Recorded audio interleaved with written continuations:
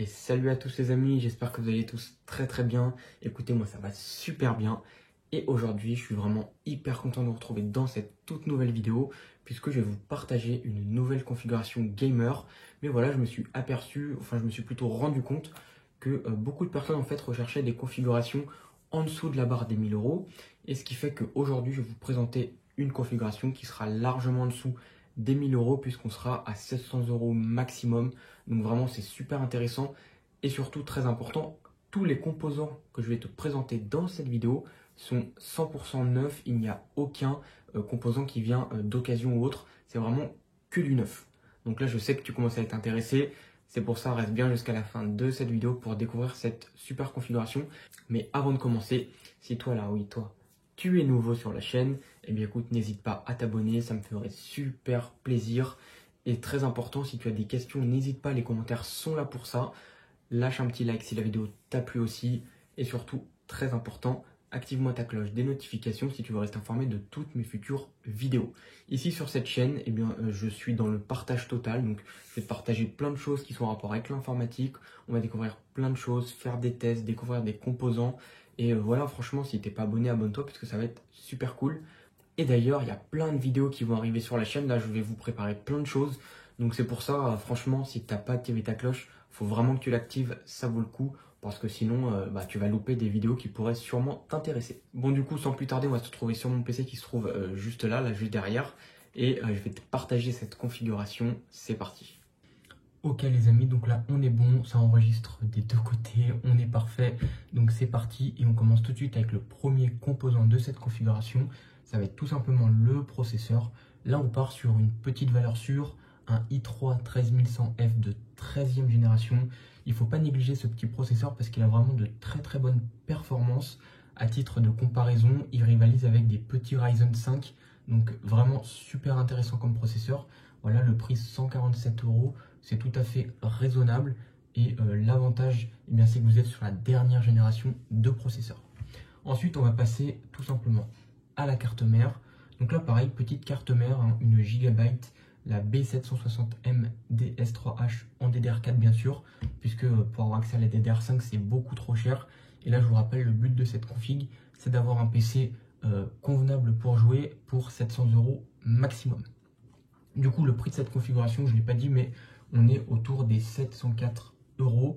Et très important, tout ce que je te dis dans cette vidéo sera en description. Donc si jamais un composant t'intéresse, ou si la configuration totale t'intéresse, tout sera dans la description. Donc voilà, on revient à nos moutons. Et du coup, donc voilà la petite carte mère, donc la Gigabyte. Très bonne carte mère. On a 4 ports DIMM pour mettre de la mémoire, donc c'est super intéressant, 4 slots. Donc là, tu vas pouvoir faire pas mal de choses avec ça. Et donc voilà, très bonne carte mère, rien à dire de plus. Et on passe à la suite. Ensuite, on va passer sur la RAM. Donc ça, c'est une RAM que je vous ai présentée dans ma précédente configuration. D'ailleurs, si tu es intéressé d'une config à 1000 euros, le lien sera en description ou elle apparaîtra à l'écran quelque part par ici.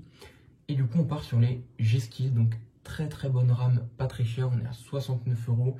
Du 3200 MHz, pardon, en casse 16. Du 2x16, du 2x8 pardon, donc ça fait 16 Go au total. C'est idéal pour jouer, c'est parfait. Et voilà, tu peux commencer avec ça et peut-être plus tard faire une upgrade et passer à 32 par exemple. Donc voilà pour cette petite RAM. On en revient à un composant très intéressant qui est la carte graphique. Je vous le rappelle, ici on n'a que du neuf, on n'a aucun composant d'occasion.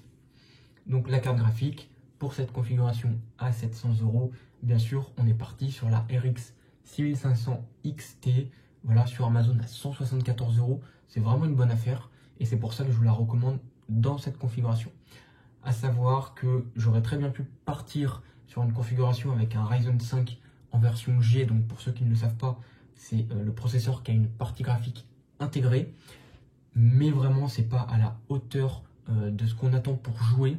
C'est-à-dire qu'en termes de performance, voilà, c'est pour jouer à 30 images par seconde en 1080p sur des jeux, c'est pas forcément intéressant. Et donc c'est pour ça que je suis parti sur une configuration avec une vraie carte graphique à 700 euros. Et donc la 6500 XT va pouvoir te permettre de jouer en Full HD maximum. Faut pas espérer faire de la 2K ou autre. Ça va être vraiment du Full HD dans de bonnes conditions avec voilà, des bons FPS. Donc c'est super intéressant, je pense que tu peux atteindre facilement les 60 fps en réglant bien évidemment les graphiques en fonction de ce que peut supporter la carte. Donc après c'est vraiment à faire des tests en jeu, mais voilà, avec cette carte graphique, si tu optimises bien ton jeu, tu peux largement atteindre les 60 fps.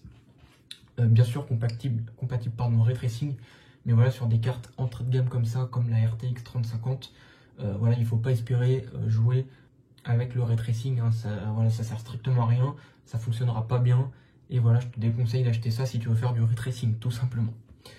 Ensuite, on va passer au SSD, donc au stockage. Pour cette config, bien sûr, vu que de toute façon, on est sur des composants de dernière génération avec les dernières normes, eh bien, je te conseille ce petit SSD, 500 Go en PCIe 4.0, puisque ta carte mère supporte le PCIe 4.0. Voilà, 500 Go, ça va te permettre d'installer pas mal de jeux, d'installer ton petit Windows, et plus tard, par la suite, de faire une upgrade si tu veux passer à plus de stockage.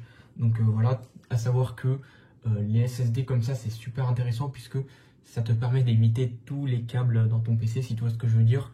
Et ça permet de te faire une configuration vraiment clean. Et c'est pour ça que j'adore les SSD en NVMe ou en M2. Donc voilà, c'est pour ça que je te recommande celui-là en 500 Go.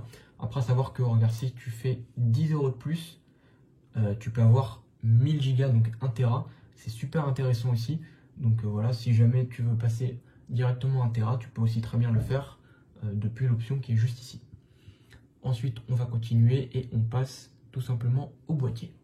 Comme petit boîtier, je vous ai choisi un petit Cooler Master, pardon, c'est MP320, donc c'est un boîtier mini tour, puisque là on est sur une carte mère M.ATX, et donc pour des raisons, on va dire, de beauté du PC, je préfère vous mettre un mini tour qu'un moyen tour et que ça fasse complètement ridicule à l'intérieur. L'avantage de celui-là, c'est que vous avez déjà 2 ventilateurs intégrés, donc ça va être parfait pour ton refroidissement. Et en plus de ça, ils sont RGB, donc une fois qu'ils seront connectés à ta carte mère, tu pourras régler l'éclairage comme tu le désires. Donc voilà, rien à dire de plus sur ce boîtier. Et ensuite, on va conclure avec tout simplement l'alimentation. Donc pareil, là une alimentation, une Seasonic. Vraiment en termes d'alimentation, je trouve que c'est une marque qui est super bien. C'est vraiment de très bonne qualité. Et voilà, moi j'ai une Seasonic sur ce PC là, donc en 80 plus Gold. Donc c'est un petit peu plus cher, mais ça vaut vraiment le coup. Là on est sur du 550 watts, tout simplement en 80 plus bronze, donc c'est très très bien aussi, hein. Du moment que vous avez la certification de 80 plus bronze, c'est le minimum. Et voilà, il n'y a pas besoin de plus si vous ne voulez pas faire de l'overclocking à fond ou quoi que ce soit. Vraiment du 80 plus bronze pour une machine gamer basique, ça suffit largement. Donc voilà pour cette petite configuration. J'espère qu'elle t'aura plu. Sache que tout ce que je te présente là, c'est en description de cette vidéo. Donc si jamais un truc t'intéresse, tu peux le retrouver grâce à cette petite description. Voilà, tout est dedans, donc n'hésite pas à faire un tour si jamais tu es intéressé. Donc voilà, comme tu t'en doutes, on arrive sur la fin de cette petite vidéo. Si tu es resté jusqu'à la fin, je tiens déjà à t'en remercier. Du coup, je le répète encore une fois, mais si jamais tu n'es pas abonné, n'hésite pas à le faire, c'est gratuit. Ça permet de faire évoluer ma chaîne, bien entendu. Et voilà, active-moi ta cloche de notification, like cette vidéo si elle t'a plu, et si tu as des questions, les commentaires sont là pour ça. Donc voilà, moi j'ai plus qu'à te souhaiter une bonne journée ou une bonne soirée, et je te dis à la prochaine dans une toute nouvelle vidéo. Salut à tous!